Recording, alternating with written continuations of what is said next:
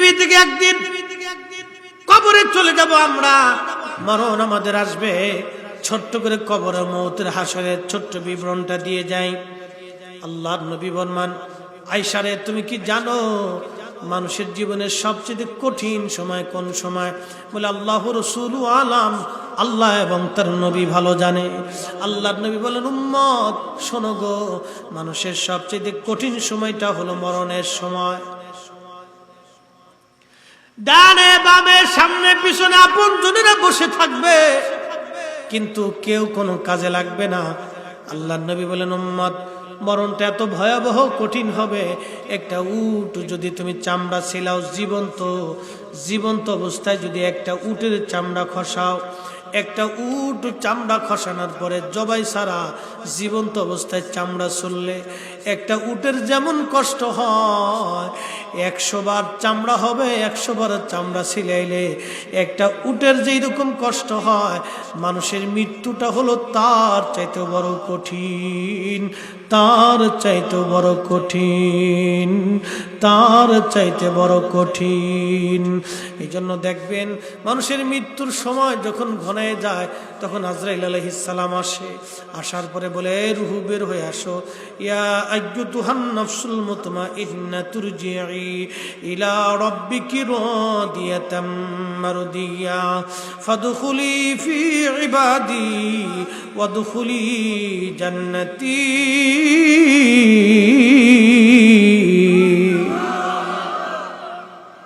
হে প্রশান্ত আত্মা, আল্লাহওয়ালা আত্মা, বুজুর্গ আত্মা, তুমি বের হয়ে আসো, বের হয়ে আসো, বের হয়ে আসো।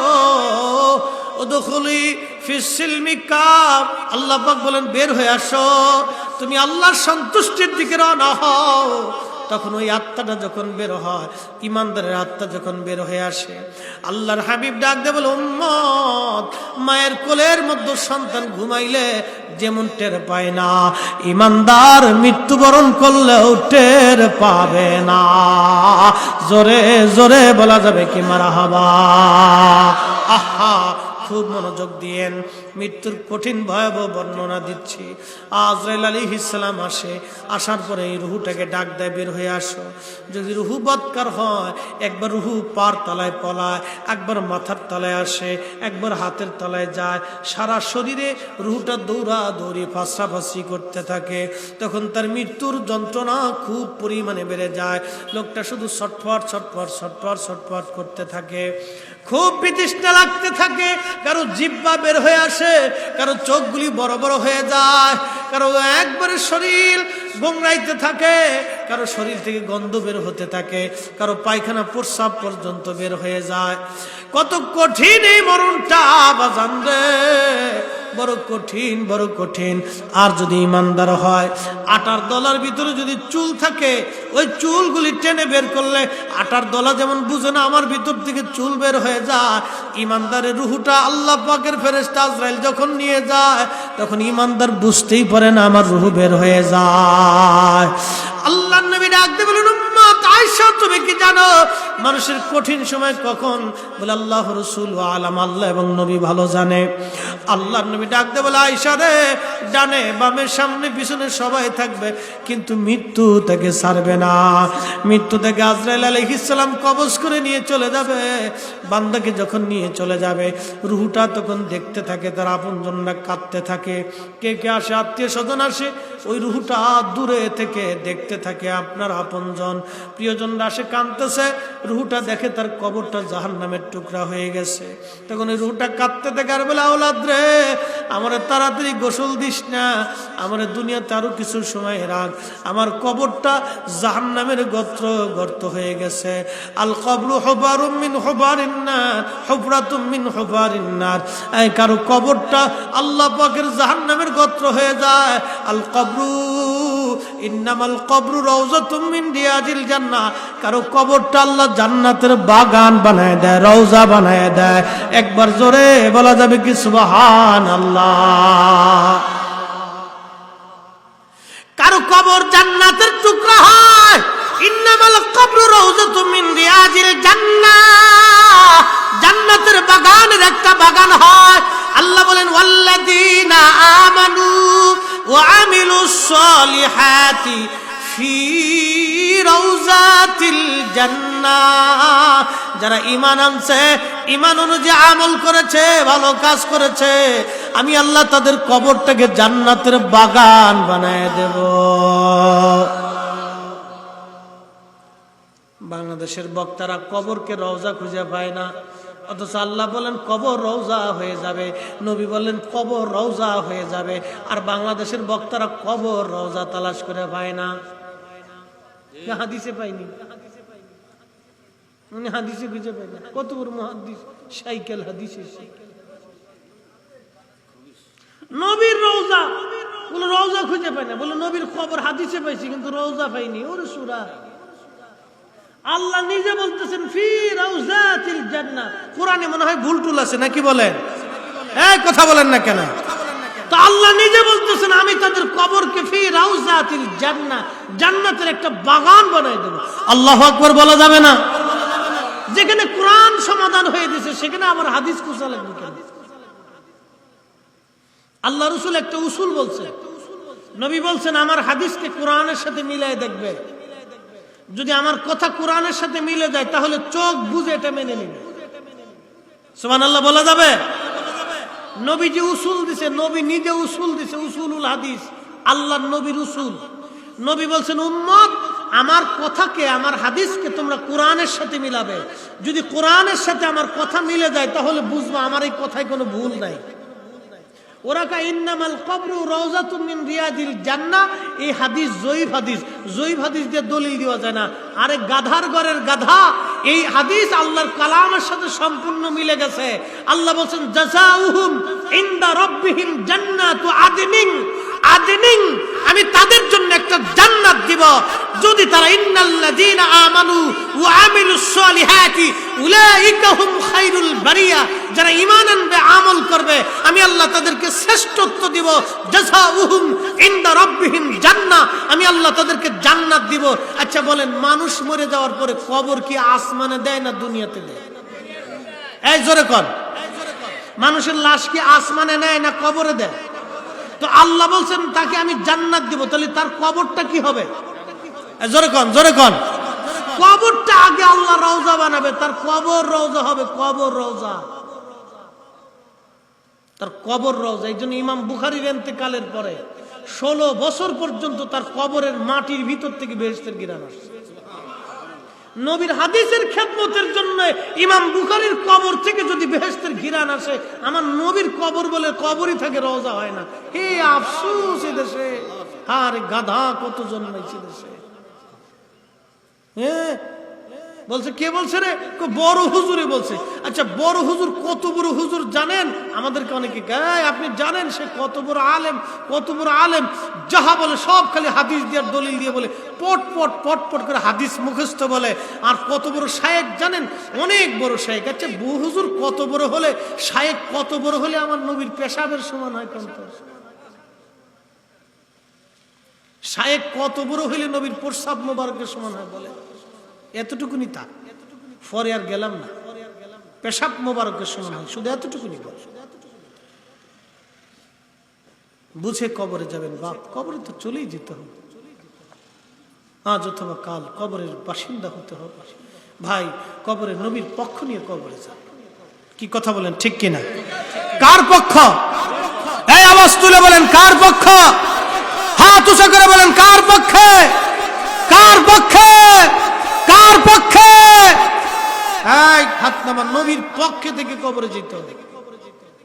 বিসমিল্লাহি ওয়া আলা মিল্লাতে রাসূলিল্লাহ, মিল্লাতে রাসূলিল্লাহ, নবীর দলে কবরে যান। নবীর দলে, নবীর দলে কবরে যান। জিন্দেগি তোর যায় রে ফাঁকি দিয়া রে সোনার আদম, জিন্দেগি তোর যায় ফাঁকি দিয়া।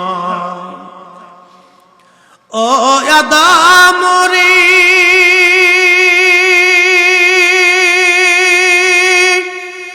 পাক ধরিয়া গেছে দাড়ি, দন্তবাসে গুটা চারি, সমন জারি গিয়াছে করিয়ারে সোনার আদম, জিন্দেগি তোর যায় ফাঁকি দিয়া। বাজান, পৃথিবী থেকে কবরে চলে যাওয়া লাগবে। আল্লাহর নবী বলেন, আয়েশা রে, তুমি কি জানো সবচেয়ে কঠিন কোন সময়? বলে, হুজুর, আল্লাহ এবং আল্লাহর নবী ভালো জানে। আল্লাহ জানে, নবী জানে, আল্লাহ জানে, নবী জানে। এই আমার দিকে তাকান, আল্লাহ জানে, নবী জানে। কে জানে? এই জোরে বলেন, কে জানে? কে জানে? এই আমার দেশের হুজুরা কয় আল্লাহ জানে, নবী জানে না। আর সাহাবীরা বলতো আল্লাহ জানে, নবী জানে। ১৬ লক্ষ সাহাবীর আকীদা ছিল আল্লাহ জানে, নবী জানে, আল্লাহ রাসূলু আলাম, আল্লাহ জানে, নবী জানে। আর আমরা দেশের হুজুরা কয় আল্লাহ জানে, নবী জানে না। আরে বাপ, ভালো করে বুঝে যাবেন, সাহাবীরা যেই পথে, আমরা থাকবো সেই পথে। ১৬ লক্ষ সাহাবীর আকীদা আল্লাহ রাসূলু আলাম, আল্লাহ জানে, নবী জানে, আল্লাহ জানে, নবী জানে, আল্লাহ জানে, নবী জানে। আল্লাহ এবং তার নবী ভালো জানে। খালি জানে না, ভালো জানে। আল্লাহ এবং তার নবী ভালো জানে, আল্লাহ এবং তার নবী ভালো জানে। সাহাবীরা বলল আল্লাহ জানে, নবী জানে। আর আমরা দেশের হুজুরে কয় আল্লাহ জানে, নবী জানে না। হুজুরের ফতোয়া লাথি মার, সাহাবীদের ফতোয়া মাইনে নাও। কথা বলেন ঠিক কিনা? কথা বলেন ঠিক কিনা? কষ্ট হচ্ছে? চলে যাবেন কে কে? চলবে? সারা রাত্র চলবে? আচ্ছা, না চললেও আল্লাহ কবুল করলো, না চললেও কবুল করলো। আমি সারা রাত নিব না, এই চিন্তার কারণ না। এই শেষ 15 মিনিট, সারা রাত নিব না, শেষ করে দিব। বাপ, আমাদেরকে কবরে চলে যাওয়া লাগবে। যদি যেতেই হবে তাহলে আমাকে নিয়ে যেতে হবে কিছু, ঠিক কিনা? শূন্য হাতে গেলে উপায় আছে? উপায় নেই। আরে আকীদা এমন একটা জিনিস, আকীদা এমন এক নিয়ামত, এই আকীদার জন্য আমাদের পূর্বসূরি আলেমদের পিঠের চামড়া উঠিয়ে ফেলে দেওয়া হয়েছে, তারপরেও আকীদাকে জলাঞ্জলি দেয়নি। ইমাম আহমদ ইবনে হাম্বলকে মারতে মারতে মারতে মারতে ওনার পিঠের গোশত পর্যন্ত পচিয়ে ফেলে দিয়েছিল। প্রত্যেক দিন 10টা করে চাবুকের পিটুনি মারা হতো, চিকিৎসা করা হতো না। এইভাবে বছরের পর বছর পিঠের চামড়া গোশত পচে গেল। আহা, ওই অবস্থায় ইমাম আহমদ ইবনে হাম্বল নামাজ পড়তেন। আকীদার মাসালা কি জানেন? ওনাকে জিজ্ঞেস করা হয়েছিল, বলেন কোরআন শরীফ সৃষ্টি না স্রষ্টার বাণী? উনি বলেছিলেন কোরআন কখনো মাখলুক হতে পারে না, এটা আল্লাহর কালাম। কালাম কখনো সৃষ্টি হতে পারে না। এই একটা আকীদার মাসালার জন্য ওনাকে 4 বছর পর্যন্ত পিটুনি খাইতে হয়েছে।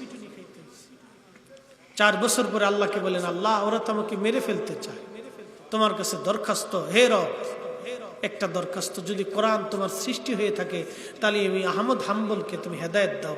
আর যদি কোরআন তোমার কালাম হয়ে থাকে তাহলে বাদশাকে তুমি তোমার দরবারে নিয়ে চলে যাও, ও আমাকে কষ্ট দিচ্ছে। ওই দিন রাত্রিবেলায় বাদশা খুন হয়েছিল, অ্যাটেনশন মার্ডার। আউলিয়া কেরামের বদদুয়া সাথে সাথে লাগে। এই জন্য আমরা ওলি আল্লাহদেরকে পছন্দ করি, ভালোবাসি। কথা বলেন ঠিক না বেঠে? আমরা ওলিদেরকে এজন্যই ভালোবাসি। আসমানের দিকে তাকিয়ে কেঁদে দিয়ে বলছে, আল্লাহ, খলিফাকে নিয়ে চলে যাও। ওই রাত্রিবেলায় শেষ, attention murder, attend to murder, একবার জাগার উপরে শেষ, যা চলে যা। পরে খলিফা আসার পরে বলছে, তাড়াতাড়ি একে জেলখানার থেকে বের করো। বন্ধু আমার খুব মনোযোগ, হাজরাতে হাবিবে কিবরিয়া ডেকে বলতেছে, সাহাবী আয়েশা রে, তুমি বলো, তুমি কি জানো কোন সময় মানুষের সবচেয়ে কঠিন সময়? হুজুর, আল্লাহ রাসূল আলাম, আল্লাহ এবং নবী ভালো জানে। আল্লাহর নবী বলেন, আয়েশা রে, মানুষের জীবনের সবচেয়ে কঠিন সময় হলো যাকে গোসল দেওয়া হয়, যখন গরম পানি তার শরীরে ঢালা হয়, মৃত্যুর যন্ত্রণার কারণে তার শরীরে ব্যথা অনুভব হয়, ওই রুহু কাঁদতে থাকে আর বলে, সন্তানরা রে, আমরা এইভাবে গোসল দিও না, আমার কষ্ট হচ্ছে। কিন্তু মানব এবং জিন সারা সব প্রাণী মাখলুকরা তার কথাগুলি শুনে, একমাত্র মানুষ আর জিন তার কথা শুনতে পায় না। আল্লাহর নবী বলে, আয়েশা সারে তারপরে কঠিন সময় হলো কাফন দাফন পড়াইয়া জানাজার নামাজ পড়াইয়া যখন খাটিয়ে করে কবরের দিকে নিয়ে যাওয়া হয় তখন এই রুহু বদকার রুহুটা কাঁদতে থেকে আর বলে, সন্তান রে, কতদিন তোমাদের সঙ্গে রইলাম, কত রজনী একসাথে ঘুমাইলাম, খোকা তুমি আমাকে ছাড়া ঘুমাও নাই, ও বিবি তুমি আমাকে ছাড়া ঘুমাও নাই, খাও নাই, আজকে কেন তুমি আমাকে কবর দেশে পাঠাও? ওই কবরটা তো আমার জন্য জাহান্নামের টুকরা হয়ে গেছে, আমার যাইতে মন চাই না, বড় কষ্টের জায়গা এখানে, আমাকে দুনিয়াতে রাখো, দুনিয়াতে আমাকে রাখো, দুনিয়াতে রাখো। এইভাবে ওই রুহুটা কাঁদতে থাকে।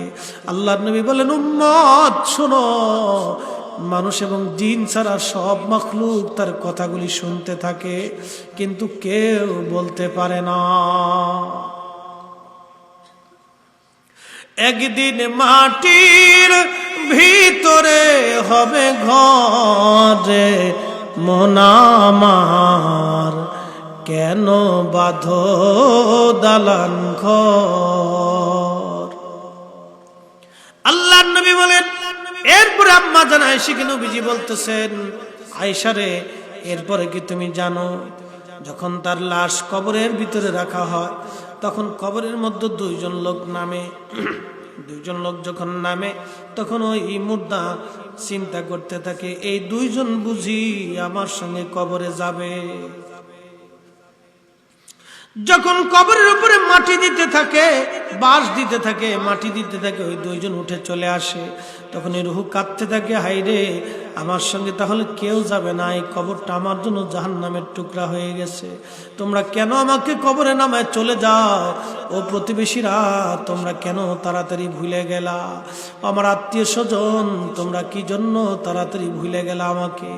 আহা, বড় কঠিন, বড় কঠিন ওই কবর, বড় কঠিন। বন্ধুরা কেঁদে চলে আসবে, সন্তান চোখের পানি ফেলে চলে আসবে। যেই সন্তানের জন্য আপনি হালাল হারাম বাছেন নাই, যেই সন্তানের জন্য অন্যের জমি দখল করে নিয়েছেন, যেই সন্তানের জন্য সম্পদের জন্য অন্যকে আঘাত করেছেন, ঝগড়া করেছেন, জঞ্জাল করেছেন, সেই সন্তান, সেই সম্পদ আপনাকে আজকে ছেড়ে চলে যাচ্ছেন, এগুলি একা রেখে চলে যাচ্ছেন, কিছুই আপনার সঙ্গে যাবে না।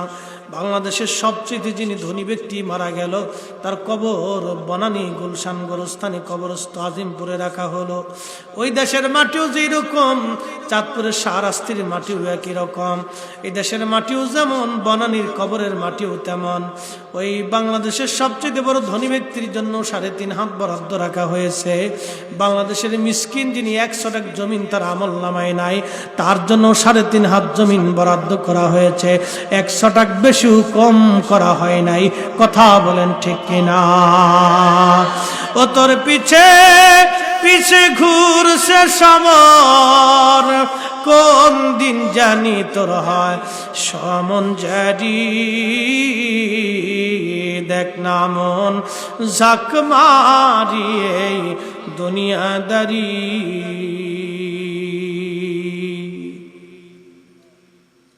কবরে তো চলে যেতেই হবে ভাই। আমরা দুনিয়ার মোহে পিছিয়ে খুব দৌড়াচ্ছি, আর ভাবতেছি মানে দুনিয়ার সম্পদ আমাকে নিস্তার দিবে না, জাত দিবে, কিছুই না। আল্লাহ বলছেন, মানুষ সম্পদের পিছনে দৌড়ে আমাকে ভুলে যায়। কত সময়? হাত্তা যুরতুমুল মাকাবির, হাত্তা যুরতুমুল মাকাবির।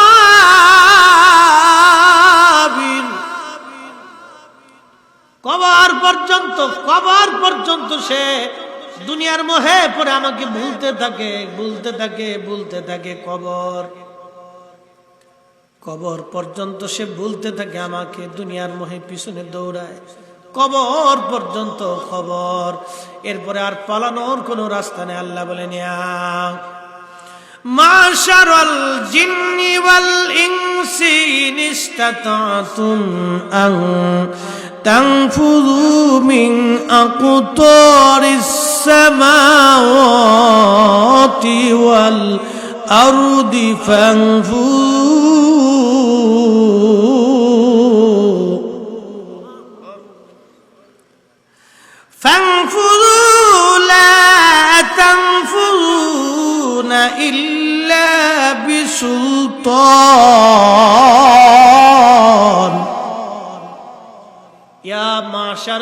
জিন ওয়াল ইনস, হে জিন ও মানুষ, ইন ইসতাতাতুম আন তানফুযু মিন আকতারিস সামাওয়াতি ওয়াল আরদ, আমি আল্লাহর আসমান জমিনের সীমানার বাহিরে যদি তোমরা যেতে পারো তো চলে যাও, যেতে পারো তো চলে যাও। আচ্ছা বলেন, আল্লাহর আসমান জমিনের সীমানার বাহিরে আর কোন সীমানা আছে? যদি পারো তো চলে যাও, কিন্তু আমি আল্লাহর অনুমতি ছাড়া পারবা না। আমি আল্লাহর সালতানাতের বাহিরে যাওয়ার সুযোগ নাই। যদি তাই হয়, শূন্য হাতে কবরে যাওয়া যাবে না, বড় ভয়ঙ্কর জায়গা কবর। শূন্য হাতে যাওয়া যাবে না, বড় কঠিন জায়গা কবর, বড় ভয়ঙ্কর, বড় ভয়ঙ্কর কবর, বড় ভয়ঙ্কর। আল্লাহর নবী বলেন, উম্মত কবরের মধ্যে রেখে সবাই চলে আসলো, একা হয়ে পড়ল। তখন ওই ব্যক্তি কাঁদতে থাকে, আয়েশা রে, মানুষের জীবনের কঠিন সময়টা হলো এই সময়, কঠিন। এই জন্য উসমান গনি জিন নুরাইন কবরের পাশে দাঁড়ায় কাঁদতেন, থর থর থর থর করে তিনি কাঁদতে থাকতেন কবরের পাশে দাঁড়ায় দাঁড়ায়। লোকেরা বলতেন, হুজুর আপনি আমিরুল মুমিনিন, জান্নাতের সুসংবাদ পাইছেন। হুজুর নবীজি ভালোবেসে দুইটি নূর কন্যা আপনার সঙ্গে শাদী দিয়েছেন, এরপরও কবর দেখে আপনি এইভাবে কেন কাঁদেন? উসমান গনি জিন নুরাইন বলতেন, সাহাবীরা রে, এই কবর হলো প্রথম ঘাঁটি, প্রথম মঞ্জিল। এই কবরের মধ্যে তিনটা প্রশ্ন করা হবে। সাহাবীরা রে, আমার মাসুক আমার নবীর জবান থেকে শুনছি, এই তিনটা প্রশ্নের জবাব যদি কেউ দিতে পারে, বাকি মঞ্জিলগুলি তার জন্য সহজ হবে। আর এই তিনটা প্রশ্নের জবাব যদি কেউ দিতে না পারে, তার জন্য বাকি মঞ্জিলগুলি বড় ভয়াবহ কঠিন হয়ে যাবে। সাহাবীরা রে, আমি উসমান এই কবরের পাশে দাঁড়ায় কার উপায় নাই রে, উপায় নাই। দয়াল নবীর চরণ বিনে উপায় নাই, দয়াল নবীর চরণ বিনে উপায় নাই। কবরে চলে যাওয়া লাগবে শূন্য হাতে ভাই, কেউ আপন হবে না, কেউ না। বন্ধু বান্ধব কালের বিবর্তনে ভুলে চলে যাবে, মা হয়তো কিছুদিন কাঁদবে, বিবি দুনিয়ার মোহে আপনার থেকে জুদা হয়ে অন্য কোনো স্বামী জীবনে গ্রহণ করে নিবে, সন্তানরা কেঁদে কেঁদে ফিরে আসবে, কিছুদিন মনে করবে, আবার হয়তো দুনিয়ার মোহে পরে সন্তানরা ভুলে যাবে। ওই কবর বড় কঠিন। আল্লাহর জন্য বলছে, লা তামুতুন্না ইল্লা ওয়া আনতুম মুসলিমুন। বান্দারে, মুসলমান না হইয়া কিন্তু কবরে আইসো না, মুসলমান হয়ে তুমি কবরে আসো। কবরে শূন্য হাতে আইসো না, কিছু নিয়ে কবরে আসো, কিছু নিয়ে কবরে আসো, কিছু নিয়ে কবরে আসো। বন্ধুরে, আজকে থেকে নিয়ত করে যাব, আল্লাহ জীবনে আর কোনোদিন নামাজ ছাড়ব না। আজকে থেকে নিয়ত হবে, আল্লাহ জীবনে আর কোনোদিন রোজা কাজা করব না। আজকে থেকে নিয়ত হবে, আল্লাহ দুনিয়ার সম্পদের মোহে অন্যের জমিন সম্পদ আমি ক্রয় করে নিব না, অন্যের হক আমি নষ্ট করব না। আজকে থেকে নিয়ত হবে, আল্লাহ তোমার নবীজির সুন্নতের আমল আমি দেখে দেখে বুঝে বুঝে করব। আজকে থেকে নিয়ত হবে, আল্লাহ তোমার হুকুমগুলি আমি জীবনে মেনে মেনে মেনে মেনে চলবো। আল্লাহ হারাম হারাম বুঝে চলবো। আল্লাহ তুমি আমারে মাফ করে দাও। কোন জানি কবরের বিদায়, কবরের মৃত্যুর ডাক আসবে, আমরা কেউ বলতে পারি না। বড় কঠিন এই কবর, বড় ভয়াবহ, বড় কঠিন এই কবর, বড় ভয়াবহ। আল্লাহর নবী জান্নাত জাহান্নামে গেলেন, জাহান্নামে যায় দেখতেছে কিছু মানুষের পেটগুলি অনেক বড় বড় বড় বড় পেট, খড়ের পালার মতো। এই পেটের ভিতর দিয়ে বিশ্ব সাপগুলি কিলবিল কিলবিল করে, আর বান্দা চিৎকার মেরে মেরে গগন বিদারী চিৎকার জাহান্নামের ভিতরে বাড়তেছে। আল্লাহর নবী বলেন, জিব্রাইল এরা কারা? এদের চিৎকারে সারা জাহান্নামে চিৎকারের আওয়াজ ছড়ায় গেছে। এত বড় পেট, এত বড় পেটের মধ্যে সাপ বিচ্ছু, এরা কারা? আল্লাহর নবীর কাছে জিব্রাইল বলে, হুজুর এরা এই সমস্ত মানুষ দুনিয়ার ভিতরে সুদ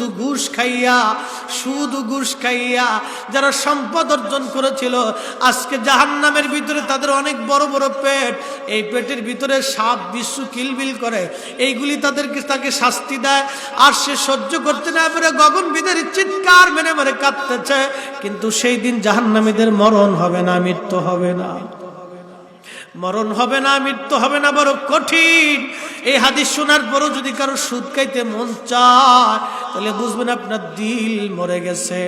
আল্লাহ বলেন ইন্নামাল মুমিনুন, মুমিন তো তারাই, মুমিন নিশ্চয় তারা, ইন্নামাল মুমিনুন আল্লাযীনা ইযা যুকিরাল্লাহু ওয়াজিলাত কুলুবুহুম, আল্লাহর স্মরণ আসার সঙ্গে সঙ্গে যাদের অন্তরগুলি আল্লাহর ভয়ে থরথর থরথর থরথর করে কাঁপতে থাকে। আল্লাহ আমার ভুল হয়েছে, আল্লাহ ভুল হয়েছে, আল্লাহ ভুল হয়ে গেছে, বান্দা তওবার মধ্যে পড়ে যায়, সেজদার মধ্যে পড়ে যায়। আল্লাহ বলেন তারাই মুমিন, মুমিন, মুমিন, মুমিন, মুমিন, তারা মুমিন, তারা মুমিন, তারা মুমিন। কবর বড় কঠিন, কবর বড় কঠিন, কোটি কোটি মানুষ কবরের পাশে থাকলেও কাজ হবে না, তার শাস্তি মাফ করাইতে পারবে না। বন্ধু যদি তাই হয় তাহলে দুনিয়ার থেকে কবরের সামানা নিয়ে যাওয়া লাগবে, দুনিয়ার থেকে কবরের সম্পদ নিয়ে যাওয়া লাগবে, দুনিয়ার থেকে আমল নিয়ে যাওয়া লাগবে, দুনিয়ার থেকে ঈমান নিয়ে যাওয়া লাগবে, ঈমান ও আমল নিয়ে যাওয়া লাগবে, ঈমান ও আমল নিয়ে যাওয়া লাগবে, ঈমান ও আমল, ঈমান ও আমল। এর বাহিরে গেলে উপায় হবে না, উপায় হবে না, উপায় হবে না। কবর বড় কঠিন। সাহাবীরা কবরের পাশে দাঁড়ায় থরথর থরথর করে কাঁপতেন। আল্লাহর নবী জান্নাতুল বাকির পাশে প্রত্যেক রাত্রিবেলা যা হাত তুলে কাঁদতেন আর বলতেন ইয়া রব, আমি সাহাবীদের উপর রাজি, আমার সাহাবীদেরকে কষ্ট দিও না, আল্লাহ মাফ করে দাও, তাদের কবরগুলি জান্নাতের বাগান বানাও। নবীজি দাঁড়ায় দাঁড়ায় কাঁদতেন।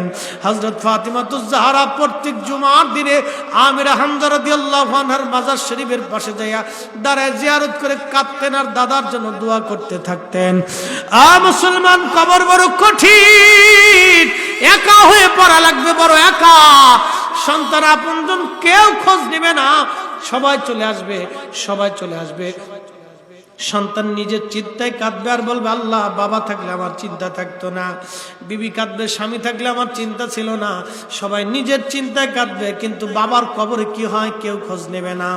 আপনি ঘরের মধ্যে যতদিন জিন্দা, আপনার শরীরের উপরে কাপড় না থাকলে আপনার বিবি কাপড় দিয়ে যাবে।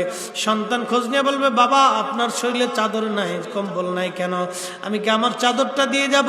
যতদিন পৃথিবীতে বেঁচে থাকবেন আপনার সন্তান আপনার কাপড়ের খোঁজ নেবে, আপনার কম্বলের খোঁজ নেবে, ঘরের খোঁজ নেবে। কিন্তু কবর এমন একটা ঘর, এই ঘরে আপনি যদি চলে যান আপনার সন্তান আপনার খোঁজ নিতে যাবে না। বহু সন্তান আছে কবরের পাশ দিয়ে বিড়ি টানতে টানতে চলে যায়, বাবা মার কবরে সালাম পর্যন্ত দেয় না। বহু সন্তান আছে বাবার কবরের পাশে 1 মিনিট এসে দাঁড়ানোর টাইম পায় না। বহু সন্তান আছে বাবা মার জন্য রব্বে কারিমের দরবারে হাত তুলে দোয়া করার সময় পায় না। বহু সন্তান আছে বাবা মা মরে যাওয়ার পরে সন্তান সম্পদ নিয়ে ভাগাভাগি করে, কিন্তু বাবা মার জন্য একটু দোয়াও করে না, বছর একটু দোয়া মনে থাকে না, মসজিদে আসেও না, মসজিদে এসে 2 টাকা দানও করে না বাবা মার জন্য। আপনার কবরে কেউ খোঁজ নিতে চাবে না, যিনি খোঁজ নেবেন তিনি নবী। ওই নবী বলবে ইয়া রব হাবলি উম্মতি, আল্লাহ আমার উম্মত গুনাহ করে ফেলছে, আমার উম্মত গুনাহ করে ফেলছে। ফামা রাআইতু মিন শাররি ইস্তিগফারতুল্লাহ লাকুম, নবী বলেন উম্মত রে, তোমার আমলনামায় যদি গুনাহ দেখি আমি নবী আল্লাহর দরবারে ক্ষমা চাইতে থাকব। ওই কবরে যিনি আপন হবে তিনি নবী, তিনি নবী। ভালোবাসলে নবীকে বাসতে হবে, পক্ষ নিলে নবীর নিতে হবে, দল করলে নবীর দল করতে হবে। আয় জীবন দিলে নবীর জন্য দেওয়া লাগবে, পক্ষ নিলে নবীর জন্য পক্ষ নেওয়া লাগবে, শান গাইলে নবীর শান গাওয়া লাগবে, ইত্তেবা করলে নবীর ইত্তেবা করা লাগবে, গোলামি করলে নবীর গোলামি করা লাগবে। কথা বলেন ঠিক না বেঠে? এসেছেন যত নবী সকলের ইমাম, সালাম নবী তোমায় হাজারো সালাম।